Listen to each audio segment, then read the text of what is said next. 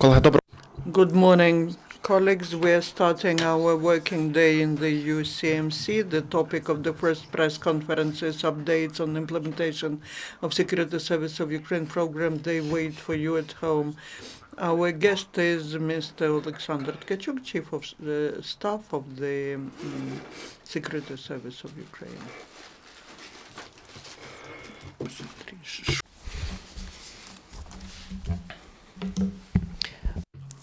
Good morning. The journalists quite often address the Security Service of Ukraine with questions on this program. They wait for you at home. And we decided to dedicate the special briefing on that to explain in detail what this program is about, what can be done and what cannot be done under the program. This program was started by the SSU back in August 2015, on the 18th of August 2015. At that time, on our website, we downloaded the article informing about the beginning of this program.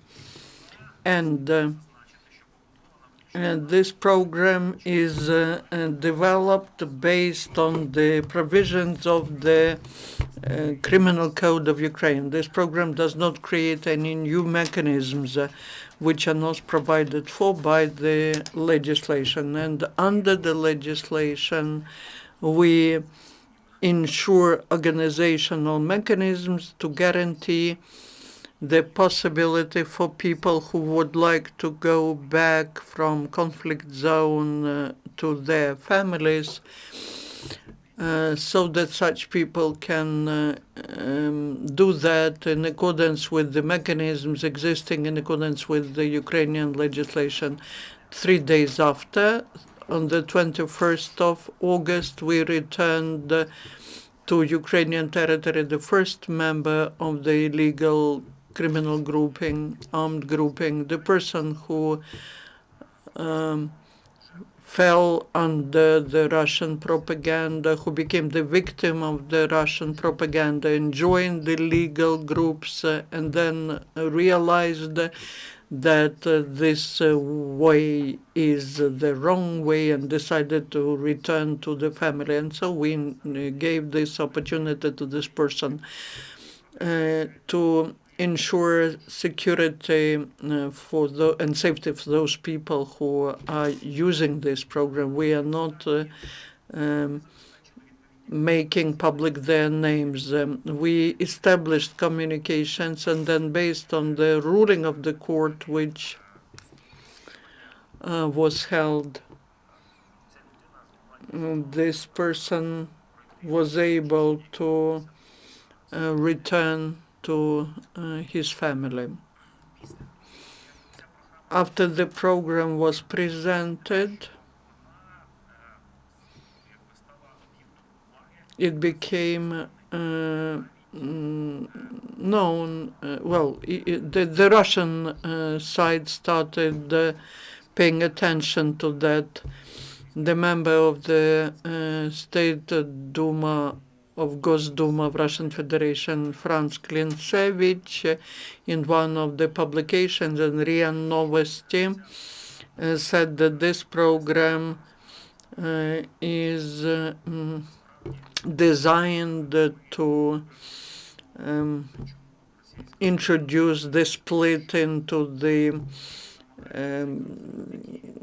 troops of the militants. Basically, Russia wants to show that this is the internal conflict in Ukraine, that there's just black and white there. But in fact, those people who believed Russian slogans and Russian propaganda, they shouldn't be thinking that they have no other way, that the choice has been made and they have no chance to go back to normal life.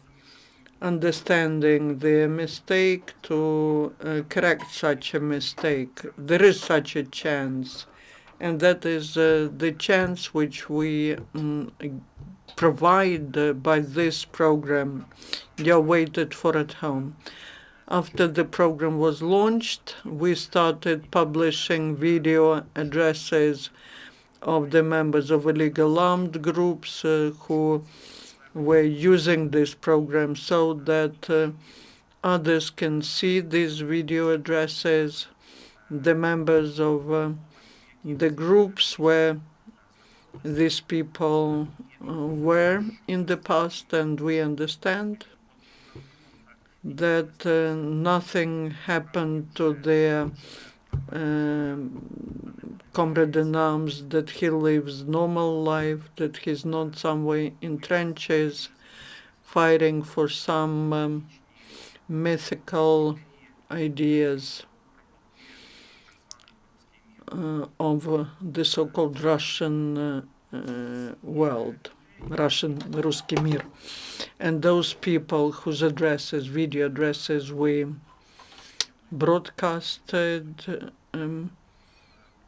they were recognized as such people who can be liberated from criminal responsibility, but that is not in all the cases. If the person commits a crime which is not related to his participation in a illegal armed group, for example, robbings or murders, then these actions will be qualified separately. Now we can say that more than 60 former militants of illegal armed groups used this program. The courts passed rulings on 29 of them to liberate them from criminal responsibility, or to liberate them from punishment with the trial period. There are cases when the court gives some punishment, but with the delay in exercising this sentence. The procedure, how does the program work? It's divided into several stages. Of course, we work with several categories. We establish direct contacts with the participants of illegal band formations. Also, we establish contacts with their relatives, which is not a secret. Many relatives and friends of the militants, they remain in the Ukrainian territory, and they can easily compare real conditions in the mainland Ukraine and that disinformation, which is contained in the pieces of information presented by Russian propaganda. And those people who permanently reside in Ukrainian territory, they can convince their fathers, brothers, friends who remain in the occupied territory and participate in activities of militants that the Russian propaganda is lying.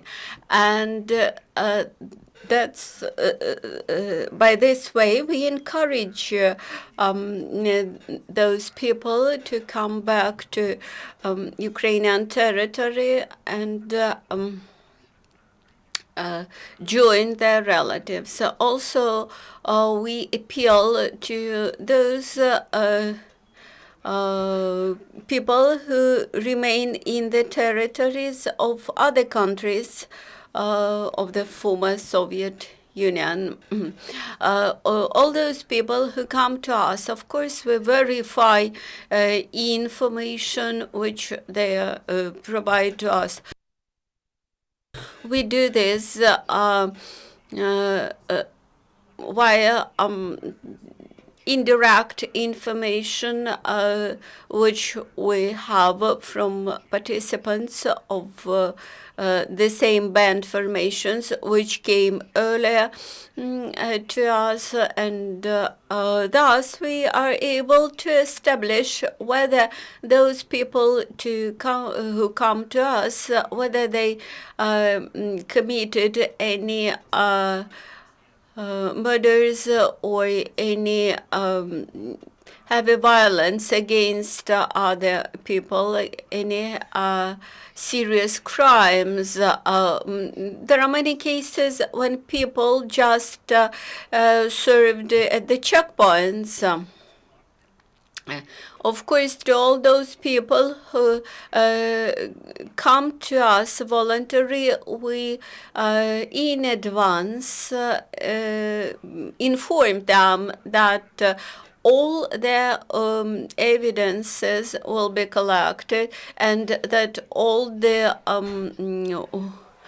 confessions will be documented and then submitted to court for court scrutiny, and then they will be judged in line with Ukrainian legislation. Thus, people who use this program of SSU, they are fully aware of the procedure, and they can maintain sufficient level of trust between two parties. When people come back from the non-controlled territory, usually they arrive to the so-called zero checkpoints. And surrender, this person is immediately transported to the most close branch of SSU in those regions, and they are registered and documented. In line with legislation, such person should be put under arrest. Such person should be detained for the period of the pre-trial investigation, and I would like to explain this very clear that it is not about amnesty. It is not about liberating from criminal persecution. We base our activities upon current Ukrainian legislation. The decision about bringing this or that person to responsibility is made by court exclusively. Currently in Slavyansk, we have several cases in the court pipeline, so to say, which are now reviewed, and they will make a verdict. And there are 29 persons as of today who used this program and who got the court verdict about not being guilty. Please do not take this program as an opportunity for the real criminals, for murders, etc., to deviate from any responsibility. Here you see the real articles, existent articles in our legislation, which upon which the program is based. Also, we count very much in delivery of our information, in spreading information about our program on relatives and friends, on families of the militants, because any attempts to deliver information from state sources on the occupied territory is perceived rather skeptically. That's why we act via families, and actually we found real partners in families, in friends of those people, and all the record that we keep clearly show that this we very honestly present to people what could be done via this program and what cannot be done. The comprehensive amnesty is an item on which the Russian side is very much basing their policy today. Both the leader and also the leaders of DPR and LNR. For them, this is a way to escape from responsibility for crimes.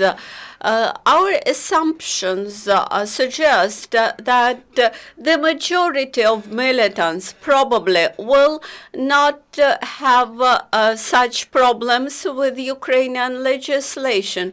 I think that the requirement for an amnesty imposed by the opposite party is because they fear that finally they will remain face to face with Ukrainian legislation, while the majority of members of illegal band formations may choose this program and return back to their families, to their relatives and friends, not having problems with serious crimes. By the way, in course of implementation of this program, we more and more strongly create partnership with the local police and with the prosecutor's office and national police. We plan to draft and sign joint memorandum of law enforcement agencies aimed at better implementation of this program and allowing as many people as possible come back to peaceful life. And actually, today we are reaching the point in the program implementation when our lawyers are 100% busy working with those people who wish to make use of this program. That's why it's extremely important for us to get support for this initiative at the governmental level. That's why we established close partnership with police, with the prosecutor's office, and with the courts, which are key element in this procedure which we have developed. Thank you very much. I am ready to answer your questions. Good morning. I am Ola Patrick from TV 5th channel. You mentioned that almost 6 militants used this program and 30 were liberated convicted due to court verdicts. How many were not liberated by court verdicts, and how many remain in jail, and what is your observation? How many people wish to make use of this program? We have been observing the progress in the several months. More and more people understand that that is something that really works. Those experts who work in this program, they are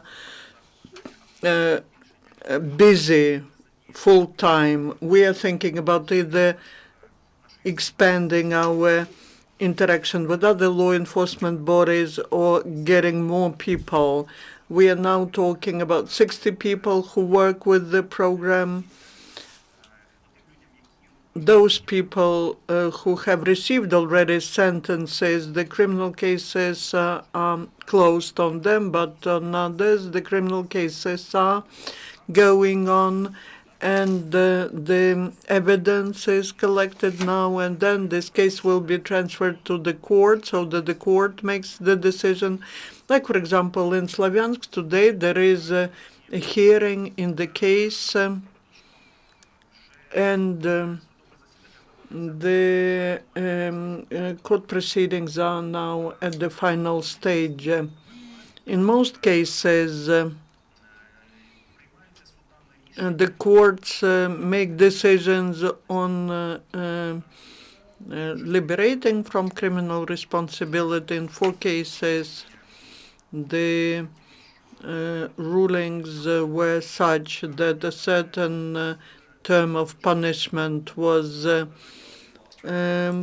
sentenced, but with the delay in execution of punishment. If during certain period of time the person doesn't commit any illegal actions, then it will be considered that the person has already served this term of punishment. Then one person